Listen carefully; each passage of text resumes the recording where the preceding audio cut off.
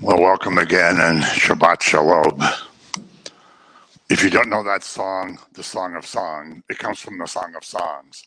If you've never studied the book, The Song of Songs, Shir HaShirim, it was written by Solomon, who, had 700 wives.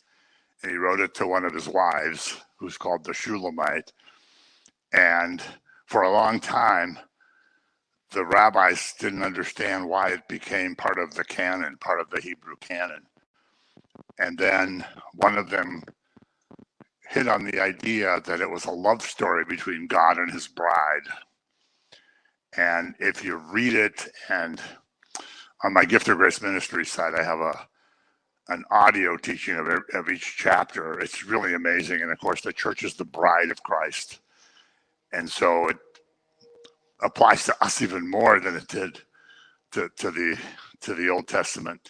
But I brought that in because, as I said at the beginning, this was a little bit of change. This is not the teaching I was going to do that I worked for hours on today, and then somehow in transition on the flash drive, I lost it.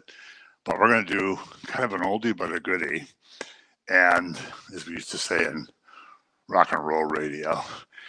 And this was a teaching I did 5 years ago tomorrow in Israel at a congregation in the Galilee in a city called Carmiel.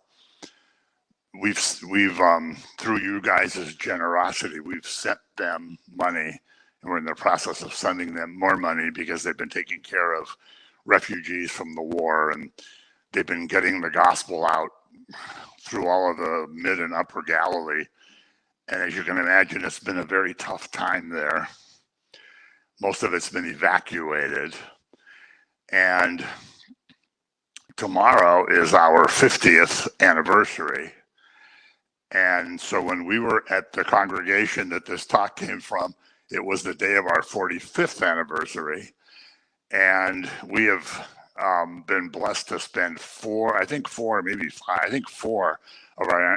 of our anniversaries in Cana, which is pretty neat.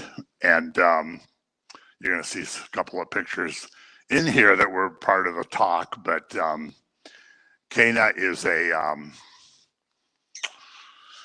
predominantly Muslim city. It's probably 95% Muslim. It's very congested. There's two churches there. One is an Eastern Orthodox church. One is a Roman Catholic church. And they both have a plaque in them that says, "This is where the wedding feast at Cana was." And they're probably about, a couple hundred yards apart. But whenever we're there, I like to say, well, it must have been in here somewhere. Oh, come on, that was a little bit funny. I think the buffet was set up right over there. But anyway, so in John chapter 2, of course, we have the first, this is always known as the first public miracle. And this is important because once Yeshua does this miracle, he knows now that he's on the pathway to the cross. He knows now that this public life is now taking over. He's not the isolated young man who works in his woodworking shop, carpenter shop, or whatever. Actually, he was, the Greek word that's used means a technician or a artisan, so may not have been just wood, but you worked in the shop and you went there and you ordered something and he made it for you, and then you came and paid for it. And you said, "Wow, this is really awesome. You really made this really nice." And he would say, "Oh, thank you." And you'd give him a few shekels. But now he's in a transition from the wood shop to the cross, the wood shop to the public ministry. And of course, as we've learned before, this is why he's baptized in the Jordan, because when you change the status of your life, you have to go through a mikvah. He was changing the status of his life. He wasn't going to be making tables and chairs and walls and whatever else he made anymore. So his first, and of course it starts with the baptism and then into the wilderness and then back. But now the public ministry really begins. So John, and I'm sure you've studied John's gospel. If you haven't, I don't even know what to tell you. But the beginning of John's gospel is set up just like the book of Genesis. We're not going to go into all that, but it says on the first day, on the next day, on the next day.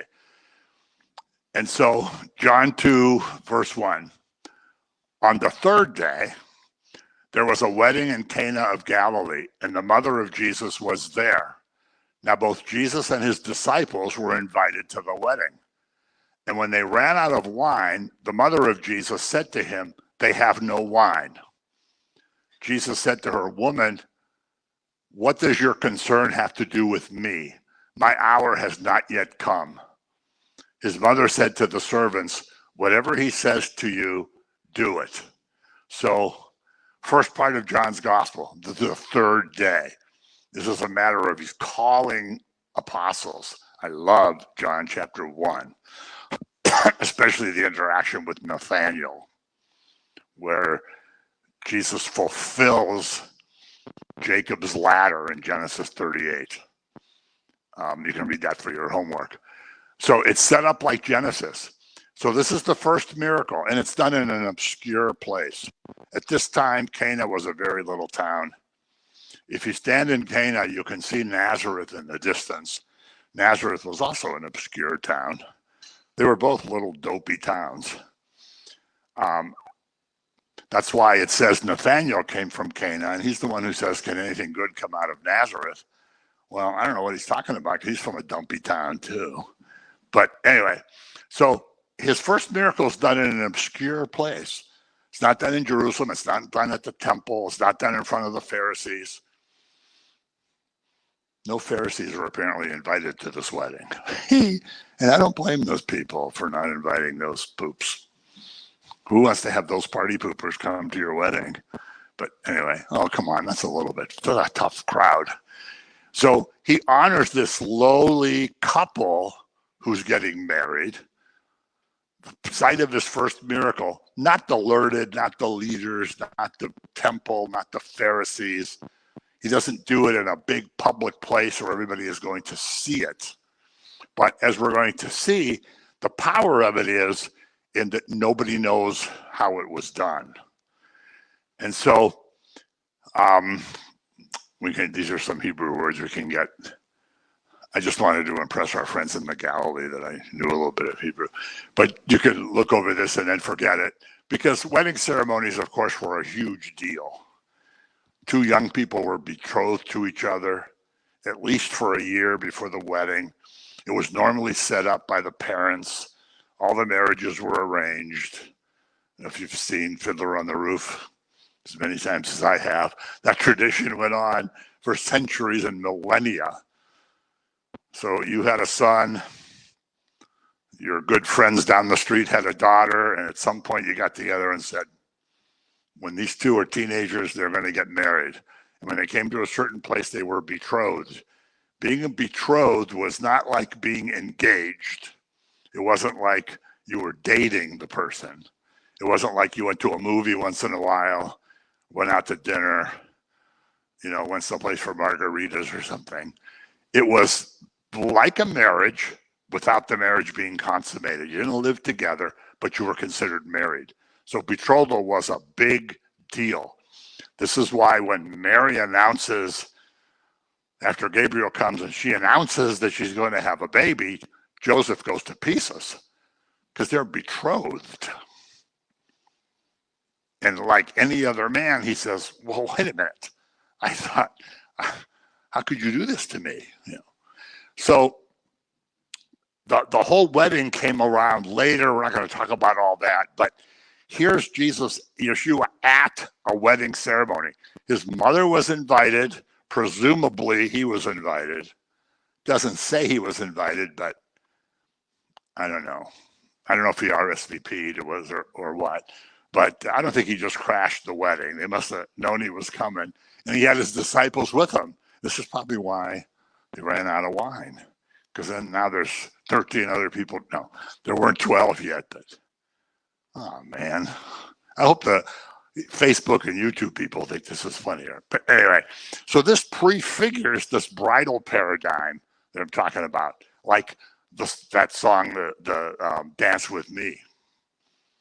It's a bridal paradigm that goes through the whole scripture. In the book of Isaiah, God says, I who am your creator have become your husband. When he sends the prophets to the northern kingdom to judge them, he says Israel's become a harlot. In fact, Israel is the only place that God calls a prostitute, that he calls a harlot, because she's married to him and she goes after other lovers. In fact, he made the prophet Hosea marry a prostitute. If you're familiar with that.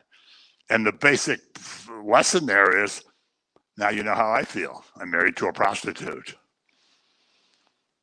And she has 3 children. That, the first one means scattered seed. The seed was supposed to be here. It's been scattered. Not seed in a good way, scattered. The next one was, I will have no mercy. Lo ruma'ah. I will have no mercy. And then the youngest one is named Lo Ami, not my people. So we're getting divorced, so to speak, but not permanently. If you repent and come back, I'll take you back. But they don't repent. And so they're destroyed. The church is the bride of Messiah. We are thousands of times more responsible for what we do than they were, because we have the fullness of truth in the gospel. And so this starts another example of the bridal paradigm, and it blesses the earthly covenant, which is marriage. Marriage is really the only covenant that exists between humans. Everything else is a contract. A covenant is a very intimate, powerful thing. There's the covenant of law, the covenant of grace, and then there's smaller covenants within those. The covenant to Noah, the covenant with Abraham. But you've read all these things, but it blesses the earthly covenant too. And of course, every Christian marriage should have Yeshua in the center of it. If you don't,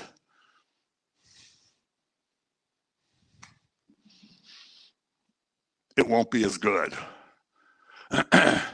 And so he comes to this wedding ceremony. All these things, people there don't realize it, and his apostles certainly don't realize it. They said, oh good, we're going to eat and we're going to have wine. They're not thinking about covenants. They're not thinking about bridal paradigms. They're not thinking about blessing earthly things that reflect heavenly things. They're just happy they're going to a wedding. Just like we always say, when we do the Seder. Those guys had been to a lot of Seders. They thought this was a Passover Seder. Oh, wait a minute. Why is he washing feet? Oh, wait a minute. Why is he blessing the bread and the wine and saying this is his body and this is his blood? Wait a minute. Nobody ever did that before at a Seder. I thought we were just here to do Passover. Well, they were, but it was a different kind of Passover. So Mary's invited. We know she's the only one on the guest list that that John tells us. I'm sure she wasn't the only one at the reception, but if you watch the scene in The Chosen of the wedding feast at Cana, it's pretty amazing because it's really kind of fun. Everybody's drinking wine and eating, and everybody's dancing, and so she's identified as the mother of Jesus. So we know there's some other. It's not some other random Mary, because there were a lot of people named Miriam. When you read the Gospels, it's confusing. It sounds like Mary has a sister named Mary, and there's Marys everywhere. Her name, of course, is Miriam. So there's no mention of Joseph, so he's died. And this is the other thing too, is many of you guys have been involved in healing ministry, and we've been involved a little bit in fair amount in healing ministry. But when Joseph, Mary's husband, the foster father of Jesus, was dying of whatever he died from, teenage Jesus or 25-year-old Jesus could have healed him, right? But he didn't. Then when he died, could have raised him from the dead. This guy raised him, took care of him. But no, that's not meant to be. So no mention of Joseph. And so there were only 5 disciples at this time if you follow John's narrative, but we're not going to get into that. But they're going to go and they're going to have a feast with him. Now, they went to a feast that was for a wedding, but the people who set up the feast had a need. They thought they had everything planned. They thought everything was in place. The caterers came. They brought all the stuff. They got all the decorations. And we feel like we have all the preparations made for our lives, right? I've planned my life. I've planned my education. I've planned this job. I've planned what my kids are going to do. They have everything planned, but then they have a need. Their plans weren't sufficient. And all of a sudden, there was a disappointment.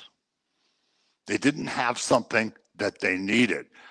And you have to keep in mind that in those days, wedding receptions went on for days.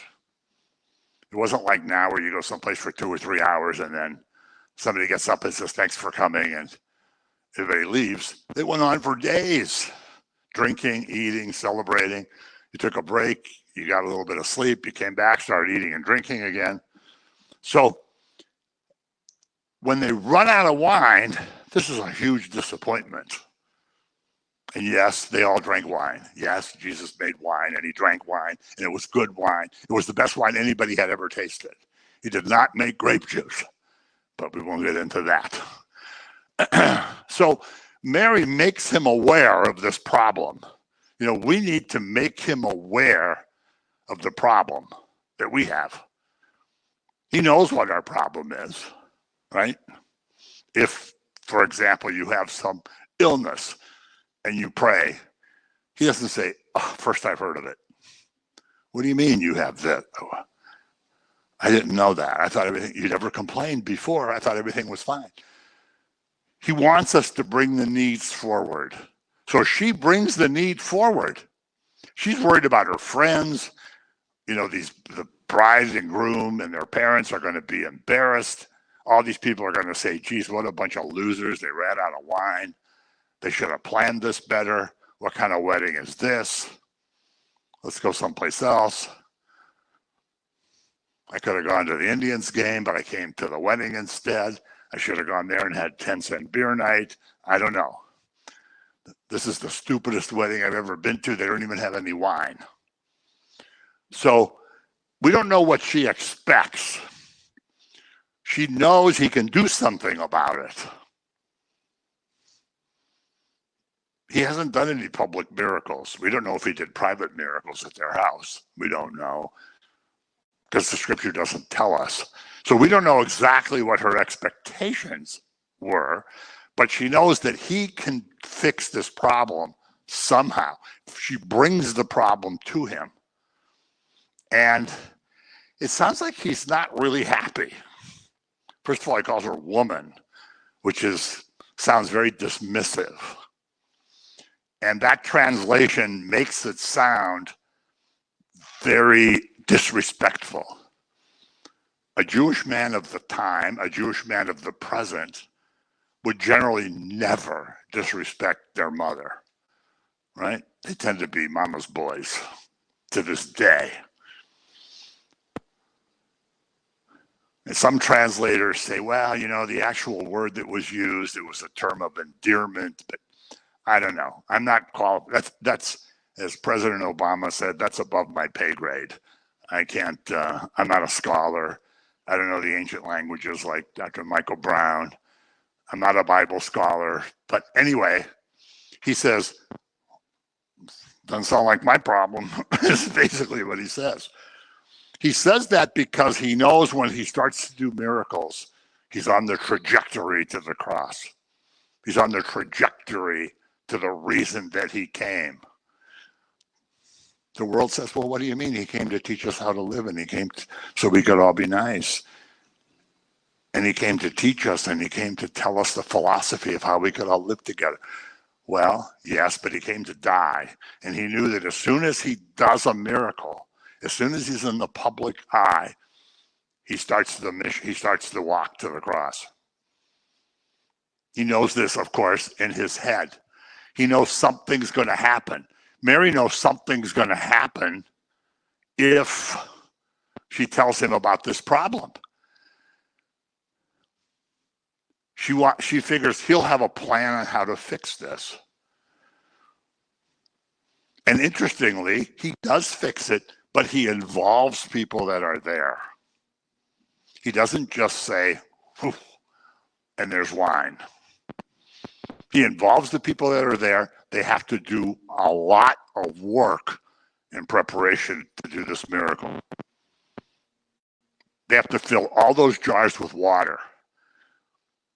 This is a desert. Cana is very dry.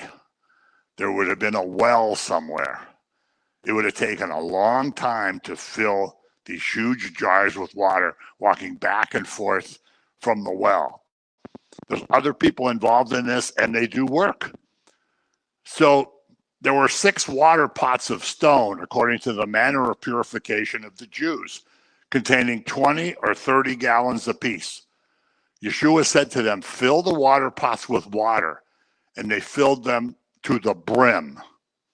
They didn't just pour a little bit of water, to the brim. Remember, it's the Seder where you fill the cup to the top until it starts to run over. You fill it to the brim.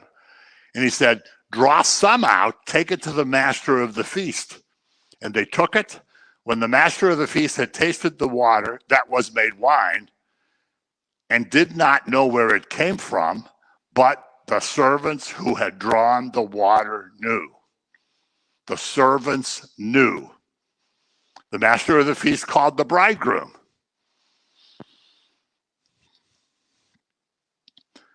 The master of the feast didn't know where this came from, but the servants knew. Everybody there started drinking really good wine. They didn't know where it came from. They thought the couple had it in the back somewhere, or they ordered it from somewhere and they had it delivered. They didn't know where it came from, but the servants knew. How did the servants know? No, because they had done the work. They had filled all these pots to the brim with water.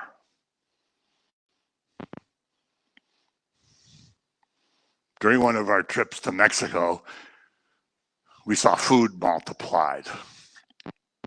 And we started out with, and it had nothing to do with me. I was against the whole thing, but a woman who was on our team said she thought we should take food to the garbage dump tomorrow morning. And I said, no way. We've never done that. We're not taking food there. We'll never have enough food for the thousands of people who live there. And then we're going to have trouble. But I think you guys know this woman. I won't mention any names. So she went out and bought 5 loaves of bread, 5 jars of peanut butter, and 2 or 3 big bags of potato chips. And I said, what are you going to do with that? I told you no food. And she said, we're going to make peanut butter sandwiches. And I thought, oh, forget it. So we worked all day. It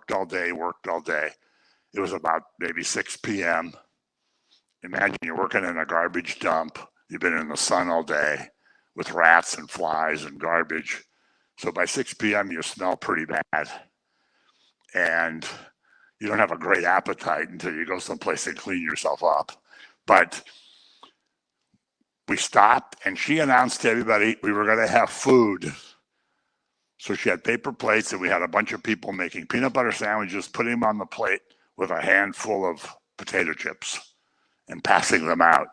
And hundreds of people lined up, and they were all eating. They were all eating peanut butter and eating chips. And it went on for probably an hour or so. I was really hungry, and I went over there thinking I'm going to get a handful of chips. And when I saw the flies swarming around the peanut butter and people like this waving the flies away, I said, I'm not hungry after all. I don't want to do that. So we went back to my little card table, which was the medical clinic, and started putting stuff back on the bus. And the woman who bought the food came up to me and said, I've been walking around with this bag of potato chips and everybody's reaching in and taking out handfuls and the bag is still 3/4 full. I said, huh. And we're standing there looking at her. And then one of these young kids, there were a bunch of young college students who were making sandwiches. One of these young ladies said, hey, we still have 3 loaves of bread and 2 jars of peanut butter. And then Joan and I and Jim Murphy were there, looked at each other and said, what? We had seen all these people eating, hundreds and hundreds of people eating. And they, threw their paper plates away, went back to where they were living. They had no idea where the food came from. They just saw people making peanut butter sandwiches. But the servants knew. We knew.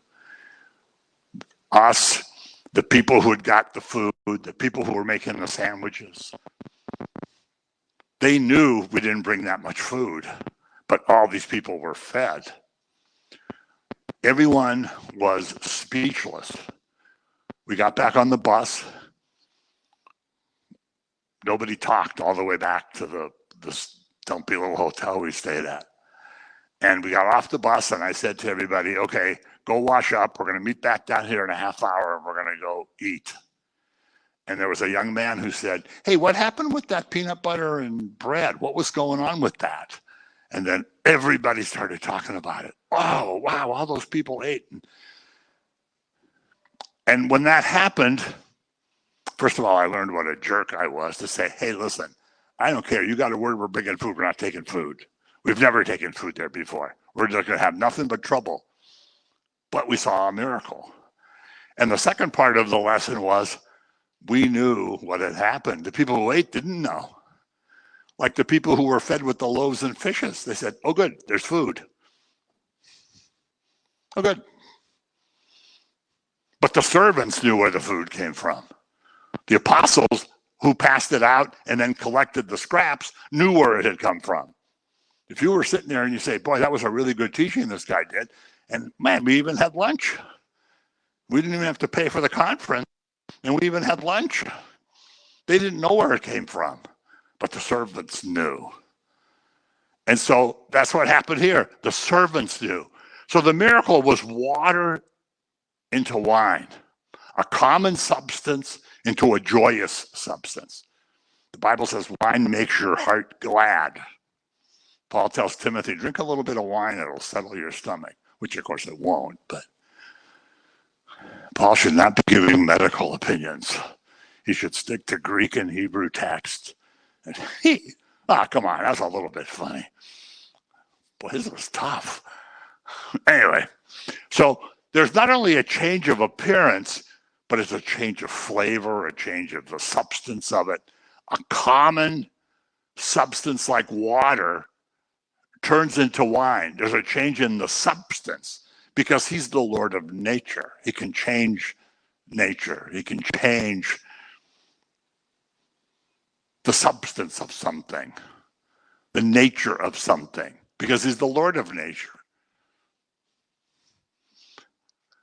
So Moses' first miracle, because, Moses, he cooperated, he did some miracles. And at first, the Egyptian magicians did them too. Remember, when Antichrist comes, he's going to do signs and wonders that's going to make everybody go, wow. Says he's going to call down fire from heaven, and everybody's going to say, wow, this guy's awesome. Moses' first miracle was water into blood.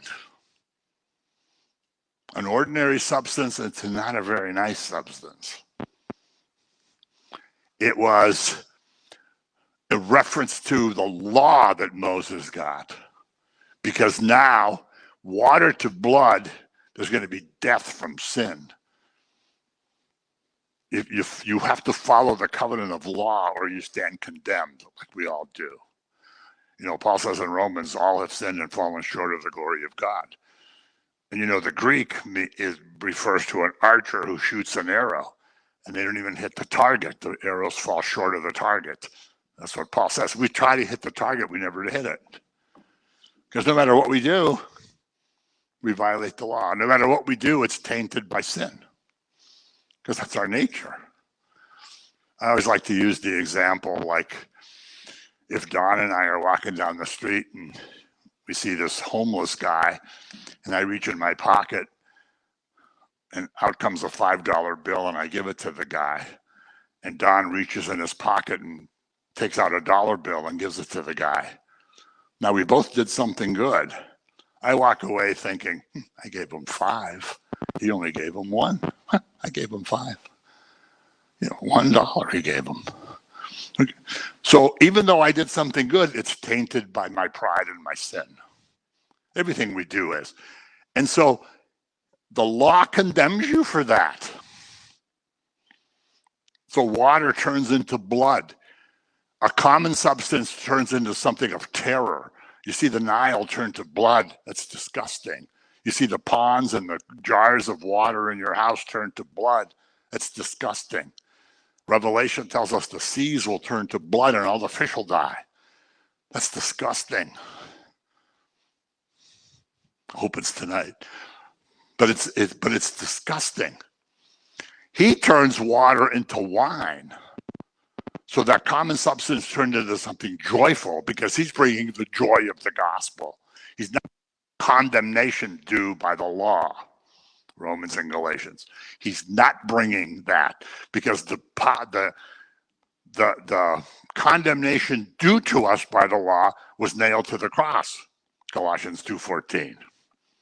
So he turns water into wine, a joyous thing. So grace and the gospel bring joy and comfort, like wine does. I'm not suggesting you drink wine until you feel joyful and comfortable, but you know what I mean. So 6 jars, it says, that hold 20 to 30 gallons filled to the brim.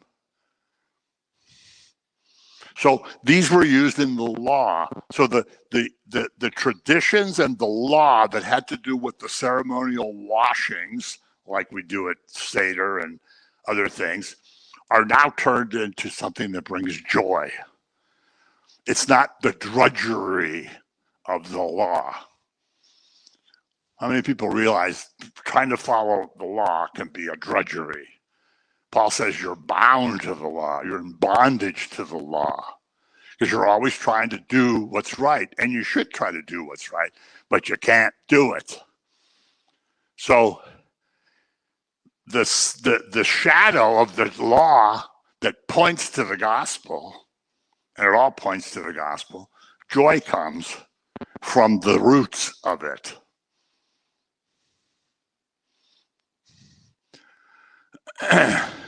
So he not only makes wine, but he makes it in excess. The things are filled to the brim. His cup runneth over. It's abundant joy. I come that you may have life and have it more abundantly. Even the wine is made in abundance. It's not like, okay, everybody gets a glass of the good wine. There's enough for everybody. And it's instantaneous. It doesn't say that he said a prayer. It doesn't say that he did a ceremony. He doesn't check it to make sure it worked. He doesn't say, I better taste this before I give it to those people. He knows that it's wine. He knows that it's really good wine. So that's why he says, take it to the expert. He doesn't say just pass it out. He says, take it to the guy who's the expert, the master of the feast. So his work's used for a purpose, and his work's for all of us to use, just like that wine was. Because the joy that he produces is for all of us to use. We're disciples. We're not 57-minute crowd. We're not fans. We don't want to have high-five Jesus on Sunday morning. Then the rest of the week, we don't give him a second thought. We're disciples. So when he brings joy, that's for us to use. It's for us to be, for our lives to improve and ultimately to be rewarded. Because he made the best and the richest wine. It wasn't Mogan David. It wasn't Boone's Farm. It was the best wine that anybody had ever had. and the servants knew where it came from. The people who serve, the people who are the disciples, we know where our joy comes from. We know when things happen, like when our grandson was healed 14 years ago now, we knew where that came from. We knew it wasn't some extra medical procedure that was done or some mistake that was made in the original diagnosis. We knew where that healing came from. Because when you're a disciple and you're following, the joy comes to you and you know where it comes from. So this was 5 years ago at this really cute little Catholic church we were in. I didn't get a picture. The Orthodox church is really cute too. So the Orthodox priest gave us a blessing. Then we went over to the Catholic church. The priest there gave us a blessing. He said, today actually is our anniversary, and they were all thrilled. And they're the only two churches in the town. The rest of it is all mosques. And everywhere you go in Cana, they sell wine. Of course. There's a wine shop like every 20 years. This one's called Cana of Galilee, Cana wedding wine. So I didn't drink it while I was driving my little rental car, but we went back to the room and had some. So a miracle, first miracle, public life begins, journey to the cross begins, but it's all for the servants to know where it comes from. Whew.